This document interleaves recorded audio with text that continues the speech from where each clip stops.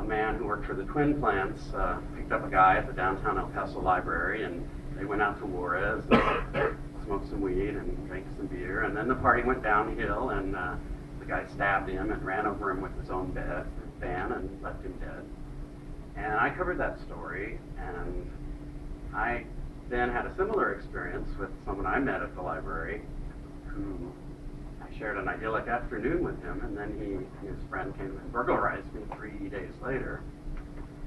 And when I pressed charges, this is in the 1980s in Texas, I was blackmailed to a prodigious extent by his defense team, which included the defendant from jail calling the plaintiff at his home at 11 o'clock at night, not once but twice. I'm the plaintiff and also the lead witness in this case. And also having his defense team call me to work and telling me to drop the case. And so that's the kernel of my story if it's gone bad. But I've also included some experiences I had as a newspaper reporter where you really latch onto people in their weakest moments. And I'm going to read to you now a section of this story called Miami Beach, 1992, which I'm sorry to tell you is almost completely true to life from the story I covered, another murder story. So this is Miami Beach, 1992. It had been a rough night. He couldn't get the girl out of his thoughts. The look of naked fear on her pale face when he spotted her in the hospital waiting room, a bedraggled brown wren whose teary eyes begged him not to do it as he made a beeline to her side, pen and notebook in hand. She was trembling.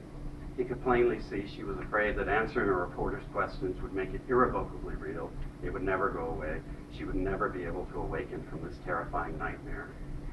So sorry to bother you. I know this is horrible, and I'm so sorry. Miami Herald, we're doing the story on your sister.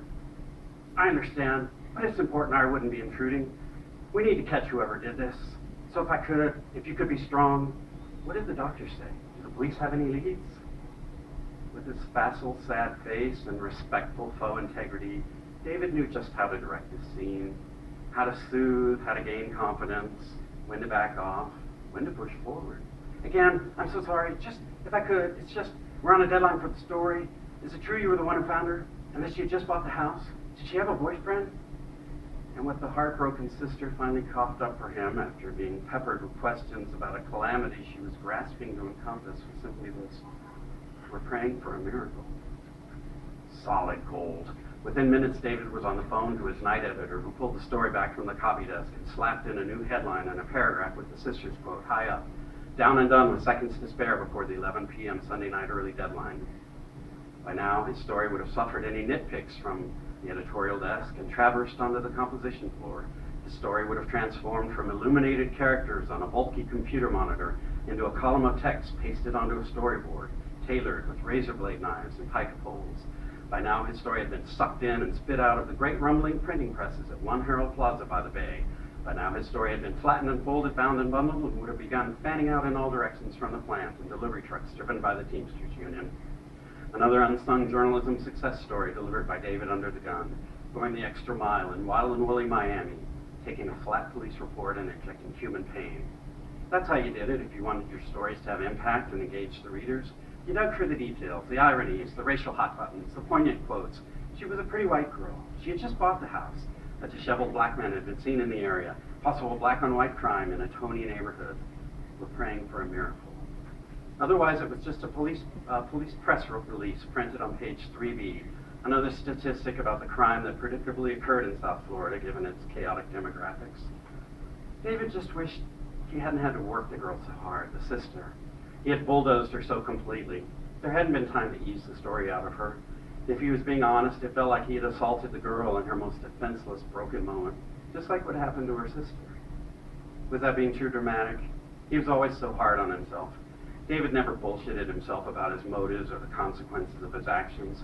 David owned his shit. But was he fair to himself with these harsh self-judgments? People need to know, David tells himself. These things do happen. These things happen even in swanky Coral Gables, or in the fringes where the Gables devolves into unincorporated Dade County. A career girl can buy a starter home in a transitioning neighborhood and then get assaulted in her own backyard, have the back of her head slammed over and over again into the concrete of her newly purchased patio. critical condition. And even if she lived, probable brain damage. That kind of grief isn't going away, David tells himself. He swirls the warm beer in his plastic cup and tosses it down. Whether reporters stir the pot or not, the grief isn't going away. David gives himself a little shake to snap out of this melancholy reverie. He looks around to take his bearings. It's getting late. What should he do?